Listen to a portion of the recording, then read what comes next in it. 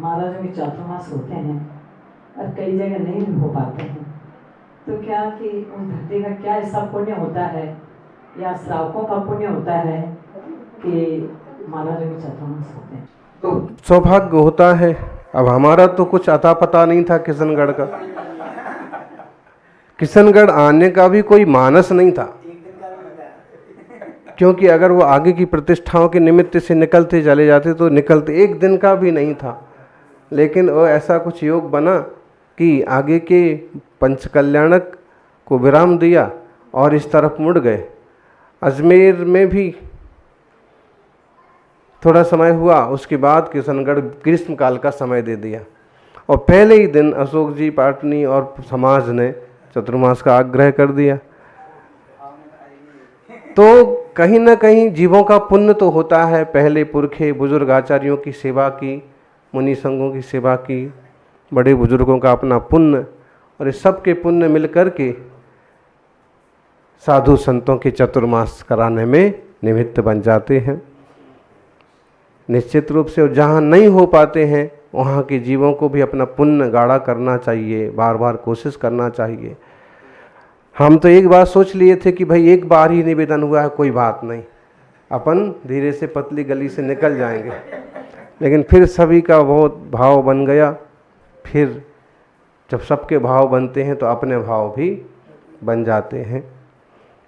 तो इस महान पुण्य अवसर का लाभ सबको लेना चाहिए। जहाँ जहाँ मुनिराजों के, गुरुजनों के चतुर्मास हो रहे, आरिका संघों के, मुनि संघों के, सबको यथायोग्य भक्ति करके, खास रूप से कुछ तत्व ज्ञान सीख करके अपने जीवन को पवित्र करना चाहिए। ओम। महाराज श्री जी, जैसे हम लोग चौके में रहते हैं तो प्रवचन नहीं आ पाते हैं, तो आचार्य जी बोलते थे, हमने पूछा उनसे, तो बोलते हैं अरे आप लोग तो इतना अच्छा काम कर रहे हो, समय सार की क्लास है। तो उस टाइम से मेरे मन में ये हो गया कि प्रवचन सुने नहीं सुने, पर आहारचर्या का आनंद लेना चाहिए। तो यहाँ पर इसके बारे में थोड़ा सा और मुनिराज की आहारचर्या के प्रति श्रावक का सावधान होना प्रैक्टिकल प्रवचन है। जो जो प्रवचन में कहा जाता है कि भाई शुभोपयोग बनाने के लिए आप पुरुषार्थ करो, तो शुभोपयोग बनाने के मूलतः दो साधन, भगवान जिनेंद्र की आराधना और मुनिराजों की सेवा भक्ति पदविहार आहार दान।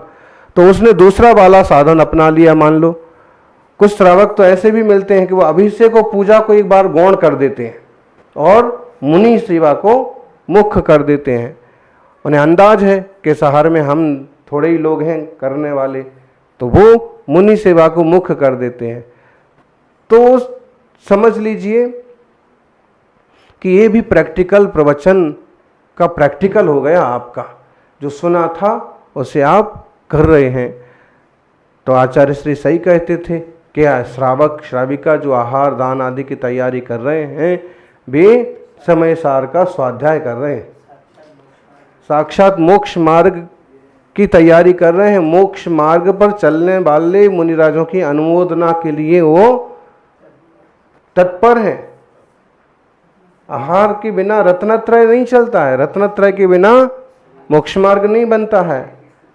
किसी की तो यही स्थिति है, हर कोई तो नहीं सात उपास कर सकता है, हर कोई मट्ठा पानी से नहीं रह सकता, तो आहार जरूरी है। तो रत्नत्रयधारियों के लिए, रत्नत्रय की साधना के लिए आहार दान की तैयारी करना भी श्रावक का एक तरह का स्वाध्याय है।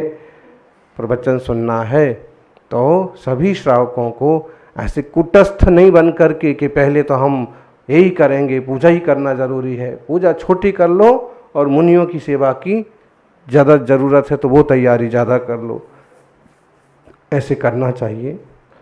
दानम पूया मुख्यम सावय धम्मोण सावयातेन विना। तो दान और पूजा, और इसमें भी देखो दान को पहले लिया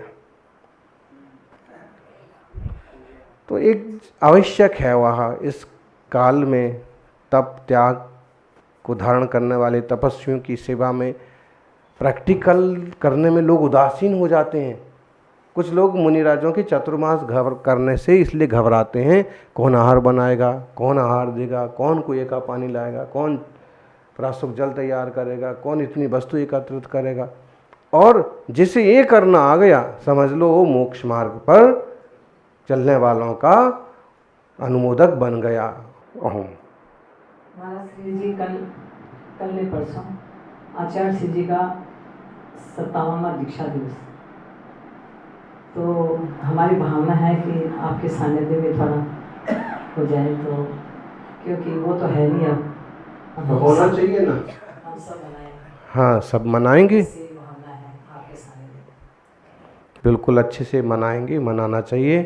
पूर्व गुरुजनों के अनुपस्थिति में भी उनके पुण्यतिथि, दीक्षा तिथि आदि का आयोजन करना वो एक प्रेरणादायी होता है, तो इसमें करना चाहिए, सबको मिलजुल के आगे बढ़ना चाहिए।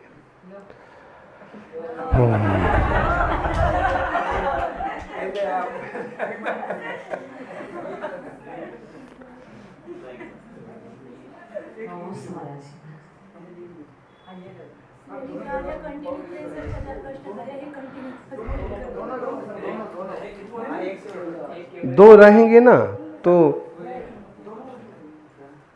नमस्ते महाश्री। अभी ये आरदान की और उसकी चौके की बात चली तो मेरे मन में ख्याल आया कि जो हमारी श्रीमती है, ये चौके के लिए लगाने के लिए महाराज जी के पास जाने के लिए रत्ती भर भी आलस नहीं है।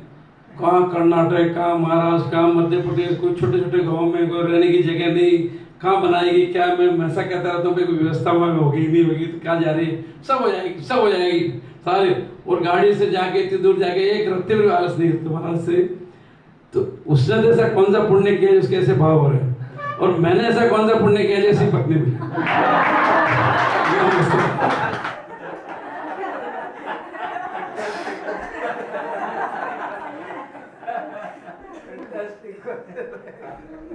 अशोक रोहिणी चरितम एक बहुत पुराना पुराण ग्रंथ है, और अशोक रोहिणी चरित्र की कहानी रोहिणी व्रत से भी जुड़ी हुई है।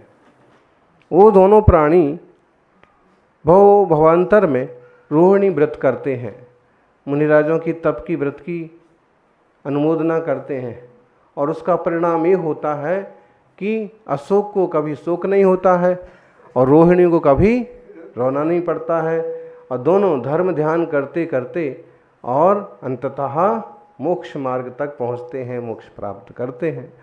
तो इस तरह की निरालसता पूर्वक अपनी 5 प्रतिमाओं का पालन करते हुए और मुनियों की सेवा में तत्पर रहने का जो परिणाम है, उल्लास है, ये अपार श्रद्धा और पुण्य भावना का प्रतीक है। वरना आराम के सब साधन हों और व्यक्ति नंगे पांव मुनियों के पीछे दौड़ता फिरे, ये कोई ना कोई विशिष्ट पुण्यानुबंधी पुण्य है कि व्यक्ति को सब सुविधाएं हैं उपलब्ध हों, और फिर भी वह निरालसता पूर्वक, आप भी तो निरालसी हैं, विहार में शामिल होते। अब उस दिन चलते गए, हमने मना किया तो भी फिर पाँव में घुस गया कांच, हमने मना किया इधर आ जाओ तो भी पक्का होना पक्का होना, पक्का का 2 कदम और चले तो कांच घुस गया। तो फिर तो गाड़ी में बैठना पड़ा। कांच इसलिए घुसा, आपने कहा था इधर आ जाओ कांच है, फिर भी मैंने कहा कुछ नहीं माना जी, आपकी आज्ञा नहीं मानी, उसका दंड मिला मुझे। तो आपका भी निरालसी जीवन है, और ख़ास बात तो ये है कि अपने जीवन में इतना संघर्ष कर लेना चाहिए कि बच्चों को उदाहरण देने के लिए किसी और का उदाहरण ना खोजना पड़े। तो इस तरह का जीवन भी आपका है। एक दिन घर पर आहार हुआ तो ये अपने पिताजी की तरफ इशारा करके बोले महाराज जी ज़िंदगी में इतने संघर्ष किए हैं कि ये संघर्ष करने की, उद्योग करने की प्रेरणा हमको इनसे मिली। तो प्रत्येक पिता को, प्रत्येक माँ को इस तरह से होना चाहिए, धर्म के क्षेत्र में भी और कर्म के क्षेत्र में भी, कि उनकी संतति को किसी औरों के उदाहरण सुनने की ज़रूरत न पड़े। एक प्रश्न में सब खत्म। अब अवधि ज्ञान मुनि महाराज होते तो बताते कि ये आपको सुशीला क्यों मिली।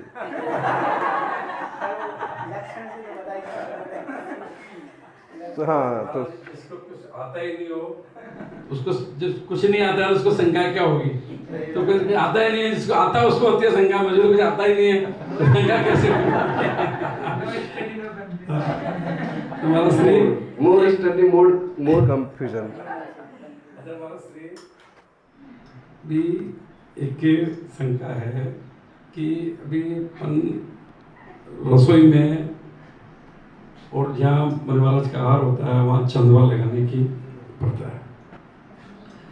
वो पहले सब लगाते थे, सारी प्रथा सही थी, सारा सब पूरा। मैंने धर्मसार जी महाराज के टाइम भी और ज्ञान सार जी महाराज के टाइम भी हमारे घर में चौका लगता था, हम देखते थे। पर बाद में आचार्य विद्यासागर जी के टाइम में उसमें उस प्रथा को ये कह के कि भाई उस समय कच्चे मकान हुआ करते थे, ऊपर छपरा हुआ करता था, ऊपर घास फूस होता था, कोई जीव के आके गिर सकता था कोई भी, इसलिए चंदवा लगाने की प्रथा थी। और यही सेम बात आचार्य वर्धमान सर जी को ये चंदवा लगाते थे। तो मैंने उनको ये कहा यही बात कि महाराज श्री ये प्रथा तो उसमें इस वजह से थी, हर एक के पीछे कोई कारण है। अब आजकल पक्के आरसीसी के मकान है, फॉल सीलिंग है, वो फॉल सीलिंग और रखे तो पर्दा ऑटोमेटिक ही लगा हुआ है चंदवा ऊपर पूरा सारा। तो फिर अभी और उसके नया चंदवा लगाने की कहाँ जरूरत है? अभी तो कच्चे मकान है नहीं, तो इसके बारे में आप तो उन्होंने भी उसके बाद चंदवा लगाना बंद कर दिया। अब महाराज जी आपसे निवेदन है आप इसके बारे में, हमें कोई दिक्कत नहीं लगाने में, हमें कोई चंदवा लगाने में कोई हमारी मनाही नहीं है, हमें कोई दिक्कत भी नहीं है। पर इसके पीछे आप, क्योंकि सब जगह जाते हो आप, सब जगह बड़े शहरों में छोटे शहरों में बहुत सारे लोग नहीं समझते हैं, व्यवस्था नहीं बनती, इसकी जरूरत है या नहीं, इसका आप एक बार पुनर्विचार महाराज जी। नमस्ते। वर्तमान की समस्या है, लेकिन एक बात ये भी तो है कि घास फूस की झोपड़ी वगैरह थी इसलिए चंदुबा लगता था। ये तो बात सही है, अक्सर कर घर ऐसे होते थे, कच्चे होते थे, उसमें लगता। कच्चे मकान में, तीनों भाई कच्चे मकान में पैदा हुए और पूरे 12 साल में कच्चे मकान में रहे, 5 तक पढ़ाई की वो भी कच्चे मकान में वही रखे पढ़ाई। और कच्चे मालूम में जानते हैं कच्चे मकान कैसे होते हैं। तो कच्चे मकान में चंदोबा लगता था, ये तो बात सही है। वो इसलिए आवश्यक था कि कोई जीव जंतु, कोई कीड़े मकोड़े, कोई छिपकली वगैरह न गिर जाए। लेकिन ये चंदोबा जो है ना, एक तरह का सम्मान का भी प्रतीक है। जहाँ राजा विराजेंगे, राजा के ऊपर भी चंदोबा होना चाहिए। जहाँ भगवान विराजेंगे वहाँ भगवान के ऊपर चंदोबा होना चाहिए। जहाँ मुनिराज चर्या करेंगे वहाँ चंदोबा उस सम्मान का भी प्रतीक है। शास्त्रों में ऐसा नहीं लिखा कि ये हो अनिवार्य है। और फिर जहाँ रसोई बन रही है वहाँ इसलिए ज़रूरी है जो ये कि वहाँ कोई कच्चा बच्चा गिर पड़े या छिपकली, सीलन पर से तो और जल्दी गिर पड़ती है छिपकली। जो चिपकी चीज़ होती है ना, जैसे चिकनी चीज़, अगर यहाँ से दौड़ती आए और वो तो और जल्दी गिर पड़े, और कुछ लकड़ी वगैरह हो तो थोड़ा देर में गिरे। तो एक तो समझें इसको ऐसे, लगाने की तरफ से पहले समझें अपन कि लगाना क्यों ज़रूरी है, ना लगाने की तरफ से समझ लेंगे। तो लगाना इसलिए ज़रूरी है कि एक सबसे बड़ा उस सम्मान का प्रतीक है। तीर्थंकर भगवान है जनालय या वेदी के ऊपर अभी भी है, और आजकल तो एक अच्छा सिस्टम अपना लिया कि चांदी का चंदोबा बना के लगाते हैं। तो एक बड़े सम्मान का प्रतीक है कि आज हमारे घर में 3 लोग के अधिपति या मुनिराज पधारेंगे। तो दूसरा कारण रहा उसका ये, क्योंकि उस जमाने में भी राजा श्रेयांश सोम के यहाँ जब आहार हुआ तो उनका घर भी तो पक्का था, लेकिन वहाँ ऑलरेडी चंदोबा है, हुआ करता था। जहाँ आहार करना है, आहार बनना है, जहाँ पानी रखा जाना है, जहाँ पीसा जाना है, तो कुछ ऐसे स्थान हैं जहाँ सुरक्षा की दृष्टि है, कुछ ऐसे स्थान हैं जहाँ सम्मान की दृष्टि है। तो इसलिए चंदोबा लगाना ठीक है। अब नहीं लगाने की बात देखें तो दिल्ली से निकले और खेकड़ा में प्रतिष्ठा थी, वहाँ प्रतिष्ठा में एक घर में जाना हमारा हुआ तो उन्हें चंदोबा लगा रखा था। वो अच्छी सीमेंट की परफेक्ट पुट्टी वाली वो बनी हुई थी, क्या बोलते हैं, परफेक्ट फिनिशिंग वाली। हाँ, तो अब फिर उसके बाद भी उनने चंदोबा लगाने की अब लगा रखा था। अब ये देखिए इसमें समस्या, चंदोबा लगा था लेकिन चंदोबा और पुट्टी के बीच में किस कारण से इतने सारे जीव, मच्छर मक्खियाँ फंसी हुई थी जाले लग करके, कि वो पक्की छत है, पक्का चंदोबा है, लेकिन उसके बीच में इतने जाले लग गए और इतनी मक्खियाँ फंस गई कि हमको उस चौकी से बाहर निकलना पड़े। निकल गए, एक मक्खी मरी हो तो निकल जाएंगे, अशुद्धि हो गई है फिर यहाँ तो। अब इस टाइप की बेवकूफ़ी का चंदोबा किस काम का। इससे अच्छा तो खाली छत थी, झाड़ू लगा देते, साफ दिखता। तो अगर चंदोबा भी लगाना है तो उसकी भी सावधानी होती है कि हर 7वें 10वें रोज़ चंदोबा साफ हो, उसके ऊपर साफ हो, सफाई हो। और सही बात ये, छत और चंदवा के बीच में जगह मिल गई तो साइडों से चारों तरफ से तो खुला होता ही है, रास्ता जाने का होता ही है, तो मच्छर मक्खी अंदर घुस गई तो उसको जगह मिल गई बैठने की, चलने की, वहीं रुक गई हो, उसके लिए तो और अपन ने सुविधा कर दी, असुविधा हो गई, उनके लिए सुविधा हो गई, मच्छर मक्खी के लिए मछलियों ने जाले बना लिए। तो इस टाइप से देखें तो चंदोबे का कोई अर्थ नहीं है, उल्टा लगाया तो था अच्छे के लिए, हो गया बुरा। तो चंदोबे वगैरह का प्रयोग विवेक के साथ करना चाहिए। और अगर जैसे हम पूजनीय जिनेंद्र भगवान के ऊपर चंदोबा वगैरह वगैरह लगाते हैं, ऐसे मुनि राजों के आगमन स्थान वगैरह पर लगाएं तो कोई दिक्कत नहीं है। और कहीं व्यवस्था बिल्कुल नहीं बैठती है, कील नहीं लगाई जा सकती है, तो भी उसको निभा लेते हैं। फिर आकाश चंदोबा वाली बात भी आती है। कभी ऐसा होता है कि अंदर चंदोबा नहीं है तो हम तो आंगन में जाके आकाश चंदोबा में खड़े हो जाएंगे, यहाँ हार कर छत पर चले जाओ, उस पर आकाश चंदोबा में भी। और बाकी लकीर के फकीर बनने का कोई मतलब नहीं है, क्योंकि हम चंदोबा नहीं होगा तो हम निकल जाते हैं। लेकिन उसमें हमारा एक मकसद ये रहता है कि इसको शिक्षा भी मिलेगी और किसी दूसरे का फ़ायदा भी होगा, क्योंकि वहाँ जहाँ संघ रहता वहाँ तो 30-30 35-35 चौकी रहते। तो एक तो चलो इनके पाँव पड़ गए, ये तो फ्री हो गए, आहार नहीं हुआ, कोई बहाना मिल गया, दूसरे को फ़ायदा मिल जाएगा। और कभी आवश्यकता हो तो लकीर के फकीर नहीं बनना चाहिए, बाकी जो रीति नीति है उनको निभाना भी चाहिए। ओम।